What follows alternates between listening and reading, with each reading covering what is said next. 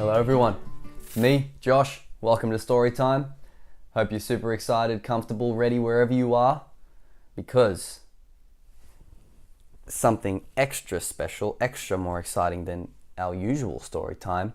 We're starting the number one book, the first book in the Little Miss library now. We've finished all the Mr. Men, so all you Mr. Men and Little Misses out there, get ready, because we're delving into now, yes, story time, you're right, but the Little Miss library of books. So many fun adventures and stories to be told. Let's go. Little Miss Bossy. Let's find out what this is about. On Monday, Little Miss Bossy went for a walk. She met Mr. Nosy. "Where are you going?" he asked. "Mind your own business," she retorted. It's not very nice to old Mr. Nosy. On Tuesday, she met Mr. Noisy. He was singing. Noisily, of course. "Shut up," she told him.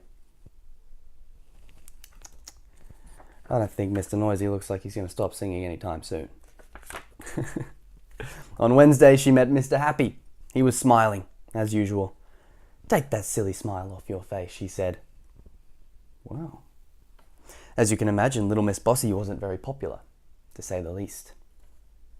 Not Mr. Happy. He needs a smile on his face. I don't think I'd like to have someone say to me, "Take that smile off your face." What about you? Yeah? You like smiling as well? Good.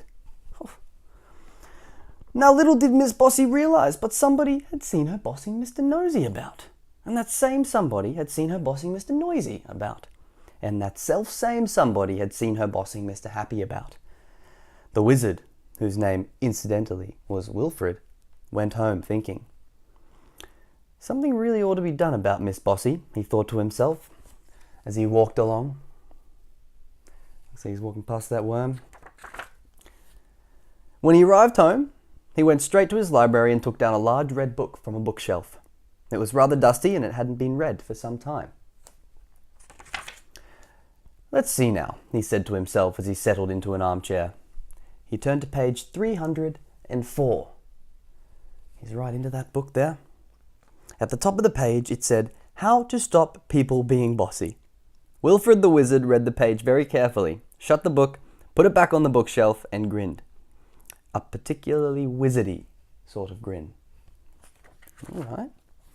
The day after, which was Thursday, Little Miss Bossy met somebody who was fast asleep, as usual. Mr. Lazy.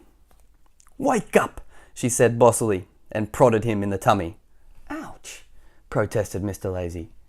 But behind Miss Bossy was Wilfred the Wizard, who had been following her.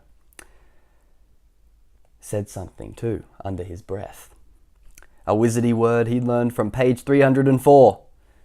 And do you know what happened? That's Little Miss Bossy poking Mr. Lazy in the tummy. "Wake up." Suddenly, as if by magic, which is true, there appeared on Miss Bossy's feet a pair of boots. One minute they weren't there, the next minute they were. Miss Bossy looked down in alarm. They were magic boots, and being magic boots, they could speak to each other. "Hello, left," said the right boot. "Hello, right," said the left boot. "Ready when you are," said right. "Right," said left. And off they set. I wonder what is going to happen. Look, these little boots on Little Miss Bossy's feet. Left, right, left, right, left, right, left, right, faster and faster, marching poor Little Miss Bossy along. Little Miss Bossy couldn't do a thing about it. Mr. Lazy was much amused. "Well done, Wilfred," he chuckled. Wilfred winked a wizardy wink. He's winking to Mr. Lazy there. His magic spell has got Little Miss Bossy marching around. Those boots marched Little Miss Bossy for 5 miles. She was exhausted. "Ready, left?" said the right boot. "Ready," replied left. "Attend," said right. "Shun," said left. And they came to a halt. Little Miss Bossy was quite out of breath. She tried to take off her boots, but it was impossible. Along came Wilfred. There's Miss Bossy walking there. The boots look like they're having a merry little time. "Those," said Wilfred, pointing at the boots, "are only for people who are too bossy." "Make them go away at once," cried Miss Bossy, stamping her foot. "Well, At least she tried to stamp her foot, but the boot wouldn't. "We're out of stamps," chuckled Right. Left giggled. "You will do as I say," shouted Miss Bossy. Shouting at Wilfred the Wizard, "Do you think that's going to work?"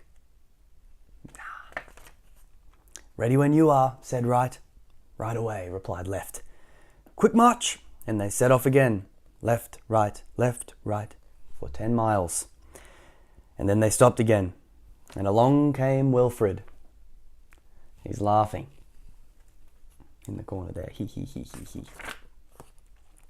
"Make these stupid boots go away," shouted Miss Bossy. "Only if you say the magic word," replied Wilfred.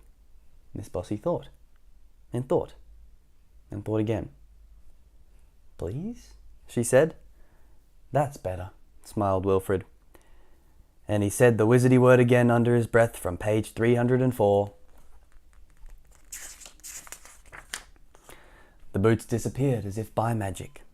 "Now then," said Wilfred sternly, wagging his finger, "stop being bossy, or you know what will happen." Miss Bossy nodded, miserably.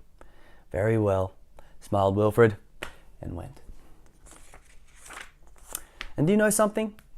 From then on until now off, little Miss Bossy was a changed person. Not bossy at all. And you know why, don't you? You know what she's afraid of?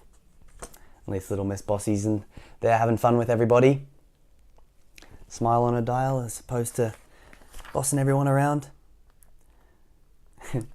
And she doesn't want bossy boots, is the last word on the last page there.